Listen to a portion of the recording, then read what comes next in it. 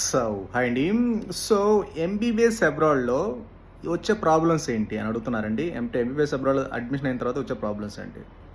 Sir మీరు problems అనేవి ఎక్కడ కూడా ఉండవండి. బేస్డ్ ఆన్ పర్ఫెక్ట్‌గా రూల్స్, రెగ్యులేషన్స్, మంచి కన్సల్టెన్సీ, మంచిగా ప్రాపర్‌గా వెళ్తే మాత్రం ఎలాంటి ప్రాబ్లమ్స్ ఉండవు.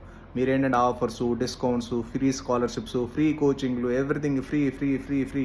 మనం ఎక్కడైతే మనం బెండ్ అవుతామో దేనికైతే అంటే మీరు ఒకసారి కంపేర్ చేసుకోండి. ఇండియాలో మెడికల్ ఎడ్యుకేషన్ ఒక ఎయిమ్స్, ఢిల్లీ ఎయిమ్స్ అవ్వచ్చు, మన చుట్టుపక్కల ఉన్న మెడికల్ కాలేజ్ ఎలాంటి అయితే అడ్మిషన్ ప్రాసెస్ జరుగుతుందో అలా జరిగితే ఓకే. మన ఇండియాలో మీకు ఎక్కడ కూడా డిస్కౌంట్లు, ఆఫర్లు, ఫ్రీ ఫ్లైట్ టికెట్లు, ఫ్రీ కోచింగ్లు, ఆన్లైన్ కోచింగ్లు ఏమి ఇవ్వరు కదా. మీరు ఎయిమ్స్లో చదివిన 720 అలా అబ్రాడ్లో ఇస్తున్నారంటే అర్థం చేసుకోండి.